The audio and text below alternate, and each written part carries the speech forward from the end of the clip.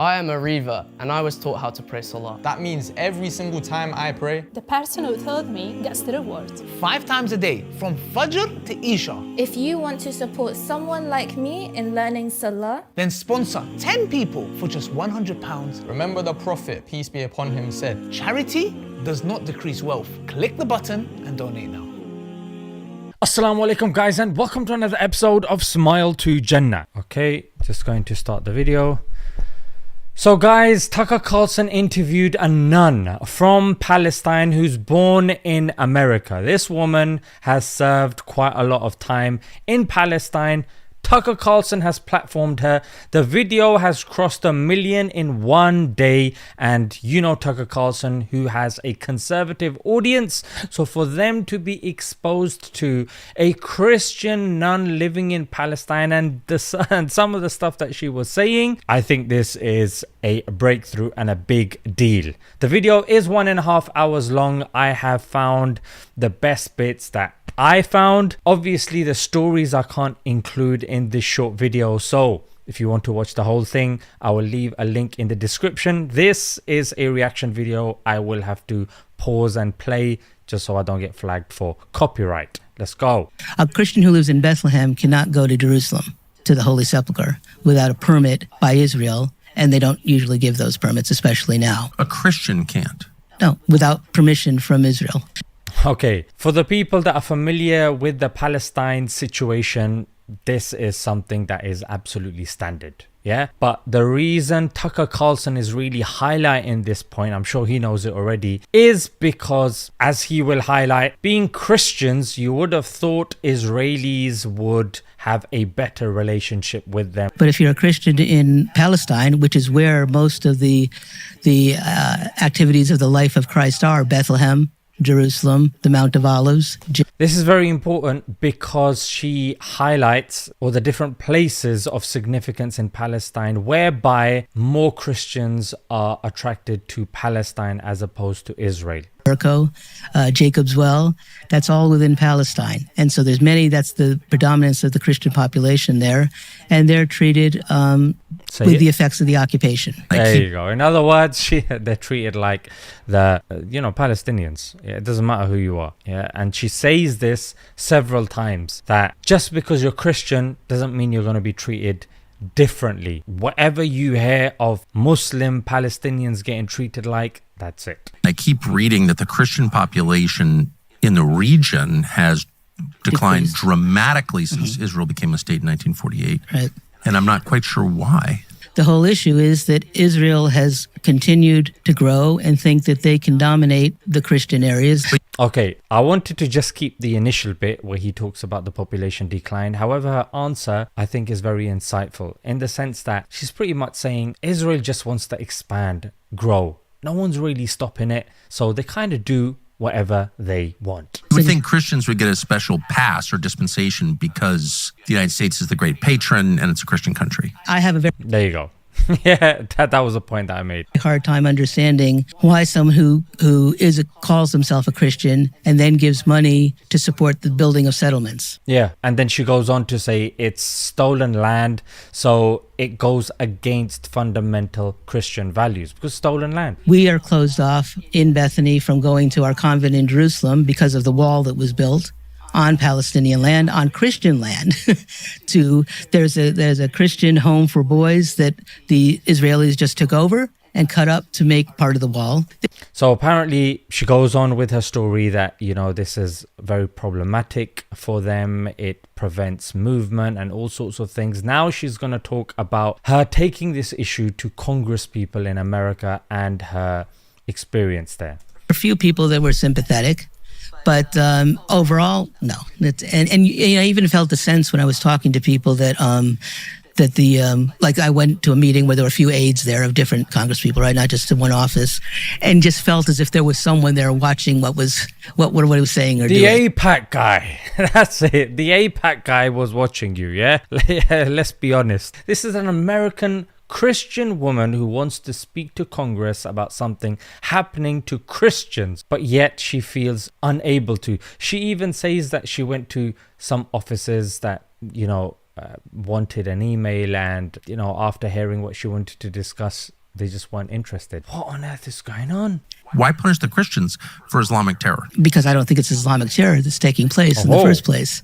I think we have to disabuse ourselves of that notion that this is a battle between Muslim and Jew. Yeah, she goes on to say it's to do with settler colonialism. Yeah, and she doesn't see Muslims like that. I know people who wanted to try to go to school in America and couldn't get out of Gaza. Had a Fulbright scholarship and weren't able to leave. I mean, couldn't get out. Israel didn't give her permission. So what kind of freedom is that?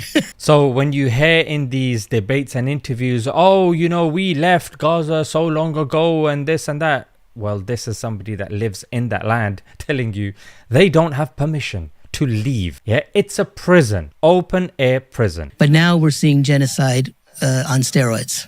You're American, I should say. Yes, I'm born in America. Yeah, lived in America. The G word. Even she used the G word, ladies and gentlemen. So you were a nun in a majority Muslim town, a Christian nun. Yep.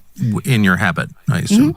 And which also was to an advantage because pious Muslims are not jihadists, the ones that I know. I'm not saying other parts of the world that may be the case, but in Palestine it's simply not the case, or Syria or Lebanon or Iraq. So that is in line with the clip that I mentioned before. This is her experience. And she's saying, I don't see them like that, to be honest. And so me being dressed like this was just like many of the women there, right? So they kind of respected that. There's the same sort of conservative culture. There's the same sort of idea that we're both have some same basic values. Exactly. Now, these Christians of wrong believe that they need to rebuild the temple as part of their plan. So they believe... So just to interrupt, she actually says that their belief is heretical. Yeah, I took that clip out. I thought I could just mention it. That the current state of Israel, which has nothing to do with the biblical Israel, is needed to be built up so that then somehow they can restore and build that temple, fulfill an obligation of the law, and the price of that, they're willing to forego the compassion that Christ talked about and allow people to be starved. There you go. I think this is very indicative of what is going on. Rather, I should say it's something that Christians have to answer for. Like, this is your belief. This is the belief of the higher echelons of Christian America that are, the Christian Zionists that are pushing this agenda. And like she mentioned, at what cost? At the cost of a genocide taking place. Yeah? Why? Because, again, you believe your holy book says this will happen, referring to the Christians, because we already know what the Jews say about their Old Testament. Yeah, they're the chosen ones, that it's their land 4,000 years ago, whatever the case may be. So I think this definitely should be discussed with Christians that get a free pass when it comes to this. Yeah, because they are part and parcel of a big genocide taking place in our time. I have a young man that we just helped come to America a year and a half ago who lives north of Hebron, a Christian, and his family, he went to school a half hour north in Shepherd's Field. We wanted to bring him to America because he was at that age where you look the wrong way at a soldier and it's possibility of getting shot. This is normal life there. Totally. Wait, the settlers, you worried the settlers would bomb the school? They attempted to. Why? There were a couple occasions. My God. Palestinians. But kids. Doesn't matter. Doesn't matter at all. Doesn't matter at all. She does this several times throughout the 1.5 hour interview. She's very jovial. I really like her. I like her character, and I like her frankness and her honesty. And she says also that she fears for her safety, especially doing an interview like this. I honestly don't know what's going to happen to her because this interview is big. So talking about the settlers, the people that are being funded by the Christian Zionists to attack Christians. The irony, ladies and gentlemen, the irony. You know a lot of Christians in the Holy Land. How many support the government of Israel? Do you know? The Palestinians within Israel? Yeah, Christians support the government of Israel. I don't know that they would be any that really would. Yeah. None. And then he goes on to ask, because there's an impression in America that they do. No, they don't. From the river to the sea, right? Where did that statement come from? Look at the charter of Likud, the party of Netanyahu. They very clearly say from the Jordan to the Mediterranean is going to be Israel. This woman's serious. And really from the Nile to the Euphrates. This woman is which informed. means going into Iraq, into the edges of Egypt. And then she goes on to say, well, no wonder we had to bomb Iraq because it's part of Israel's vision. Graffiti put on walls and sprayed on Jesus a monkey. 2013. Let me play that again. I might have spoken over it. Graffiti put on walls and sprayed on Jesus a monkey. 2013. On a church. Yeah, that was right. Guys, Muslims are not allowed to say that. It's blasphemous. You get punished under Sharia law if you were to say something like this. A'udhu billah. Christians, priests with crucifixes around their necks getting spit on in Jerusalem. Mm-hmm.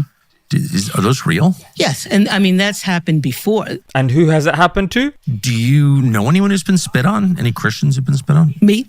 You've been spit on? Of course, yeah. What do you mean, of course? That's disgusting. Absolutely. Tucker Carlson's reaction is absolutely on point. Well, but that's the least of it. That's the least of it. Well, I think that encapsulates what a lot of these Palestinians are going through. Like, spitting, we'll take that any day over bombs.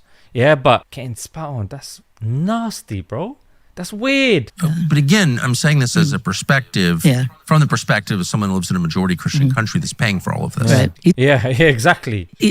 Often, just like I'm an American citizen was beaten to death by settlers. And no one was arrested? No, never happens. Never happens. Not never happened. I.e. referring to that one case, never happened. Yeah, she is dropping bars. Eventually we were able to move, but the scorn they have for Americans is really something else. This is very important. All the scorn for Americans? That's not the only incident where I've seen something like that, where they mock America. Mock America? America pays for the whole thing. Well, billions. Thank you very much. Yeah, thank you very much.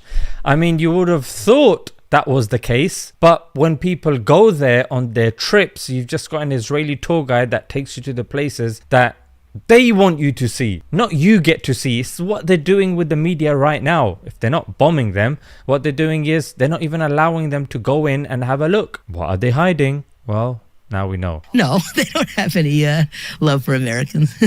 Really? Yeah, well, that was my perception. I think most Americans would be surprised to learn that. Yeah, it's about time that it changes.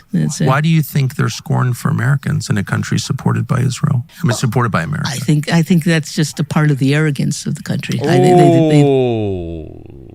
This is what a lot of people say. The arrogance. Even when their guys are on these news shows debating, the arrogance in their speech, the entitlement. Oh, we should be allowed to do this. The St. Porphyrius Church from the 3rd century was bombed. We also have in the Orthodox. How did a Christian church get bombed? Because it's part of Palestinians. Yeah, she said this a lot. Anytime Tucker Carlson was shocked, she goes, well, part of Palestine. So, you know what I mean? So you can't make a mistake. And Christians through... But you don't think that was an accident? No, nothing's an accident. Oh, Tucker. Poor naive Tucker. And then you just said that's the 3rd holiest site in Islam. Of course. Yeah. This would be a dark day. They're talking about Al-Aqsa Mosque and how the Christians and the Jews want to build a temple where the 3rd holiest site of the Muslims is. So he's just asked what's going to happen. Anybody? So then what would happen if you blew up the 3rd holiest site in Islam? Well, you could probably answer that better than me. I would ignite a great conflict in the world. I just want to say this out loud because people sort of blithely talk about it. What we're really coming to. And I think that's the problem with the Christian Zionists is that what is your end game here? Yeah. Well, their belief tells them that's okay.